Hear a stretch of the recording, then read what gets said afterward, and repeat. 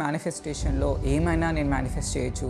And ఏ కోరికలైనా నిజం చేసుకోవచ్చు అనుకుంటాం. బట్ అది ఎంతవరకు సత్యం? ఎంతవరకు నిజం అన్న విషయం మనం ఆలోచించాలన్నమాట. అంటే ఏం కావాలని అన్నీ మనం మేనిఫెస్ట్ చేసేయొచ్చా? నేను నెట్వర్క్ చేస్తాను సార్. Network marketing. ఓకే. ఈ క్లాస్ జాయిన్ అయ్యి ఇప్పుడు 3 వీక్స్ అవుతుంది. ఓకే.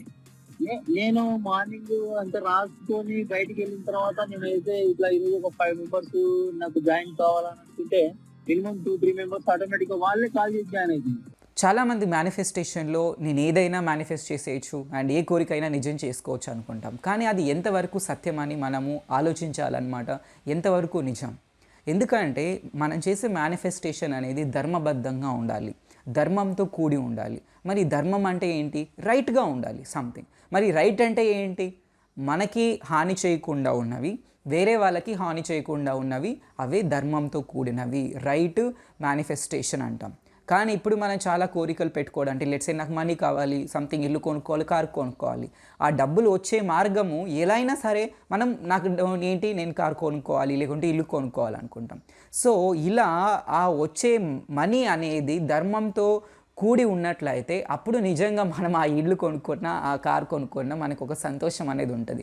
లెట్స్ సే ఎవరినో మోసం చేసో, లేకున్నా ఎవరినో ఇబ్బంది పెట్టో, లెట్స్ సే మీరు బిజినెస్ చేస్తున్నారు, క్లయింట్స్ దగ్గర మేబీ వాళ్ళని ఫోర్స్ చేసి, ప్రెషర్ చేసి, లేకుంటే ఏదో ఒకటి చెప్పి ఇది కొనుక్కోండి, ఇది కొనుక్కోండి, దానివల్ల లాభం ఉంటుంది అని చెప్పడం వల్ల ఏదో ఒకటి మీరు డబ్బులు వచ్చింది. ఆ డబ్బుల ద్వారా మేబీ మీరు కొనుక్కున్నారు, మేనిఫెస్ట్ చేశారు. కానీ దానివల్ల నిజంగా మనకి మంచి కర్మ క్రియేట్ అవుతుందా అంటే ఉండదు, క్రియేట్ అవ్వదు. ఎందుకంటే అది రైట్‌గా ఉండాలి, ధర్మంగా ఉండాలి. సో ధర్మము ఈ రైట్ అంటే ఏంటి అంటే మనము మనల్ని కూడా హాని చేసుకోకూడదు. లెట్స్ సే ఇంకొక చిన్న ఎగ్జాంపుల్ చెప్తాను నేను. మనం హెల్తీగా ఉండాలనుకుంటాం, అందంగా ఉండాలనుకుంటాం. కానీ ఏదేదో కాస్మెటిక్స్ యూజ్ చేస్తాం, లేకుంటే ఏదేదో మనం మెడిసిన్ తీసుకుంటాం అంటే బాగా కనిపించాలి అనేసి. అంటే ఇక్కడ చూడండి మనల్ని కూడా మనం అక్కడ హర్ట్ చేసుకుంటున్నాం. మనల్ని మనం అక్కడ డ్యామేజ్ చేసుకుంటున్నాం. మనల్ని మనం నాశనం చేసుకుంటాం. అంటే మనకి మనం హాని చేసుకుంటున్నాం. అలా మనకి మనం హాని చేసుకునేవి కూడా ధర్మం కాదు. ఎందుకంటే దీనివల్ల అల్టిమేట్‌గా మనం సంతోషం కోల్పోతాము, ఆనందం కోల్పోతాము, ప్రశాంతత కోల్పోతాం. మేబీ తాత్కాలికంగా ఓకే మనం బాగా కనిపిస్తాం, మంచిగా కనిపిస్తాం. కానీ దానివల్ల లోపల డ్యామేజ్ అయితే క్రియేట్ అవుతుంది కదా! అంటే మనకి మనం హాని చేసుకుంటున్నాం కదా! ఇది ధర్మం లేదు. అంటే మనకి మనం హాని చేసుకునేవి ధర్మం కాదు. వేరే వాళ్ళకి హాని చేసేవి అది కూడా ధర్మం కాదు. సో ఇప్పుడు మీరు చేసే మేనిఫెస్టేషన్స్ అన్నీ ధర్మంతో కూడి ఉన్నాయా లేదా అన్నది మీరు చెక్ చేసుకోవాలన్నమాట. ఎప్పుడైతే అది ధర్మంతో కూడి ఉంటుందో దాంతో పాటు మీకు మంచి కర్మ అనేది క్రియేట్ అవుతుంది. మంచి సంస్కారాలు అనేది క్రియేట్ అవుతుంది. ఇంకా మీ యొక్క ఆనందం, మీ యొక్క ప్రశాంతత, సంతోషం అనేది రెట్టింపు అవుతుంది.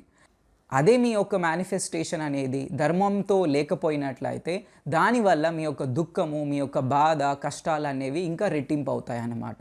సో ఇప్పుడు ఆ మేనిఫెస్టేషన్ వల్ల మీకు సంతోషం కావాలా, లేకుంటే దుఃఖం కావాలా అనేది దేని మీద ఆధారపడి ఉంది అంటే మీరు ధర్మంగా మేనిఫెస్ట్ చేస్తున్నారా లేదా, అండ్ ధర్మంతో కూడిన కోరికలు మీరు ఉన్నాయా లేదా అనేది మీరు చెక్ చేసుకోవాలన్నమాట.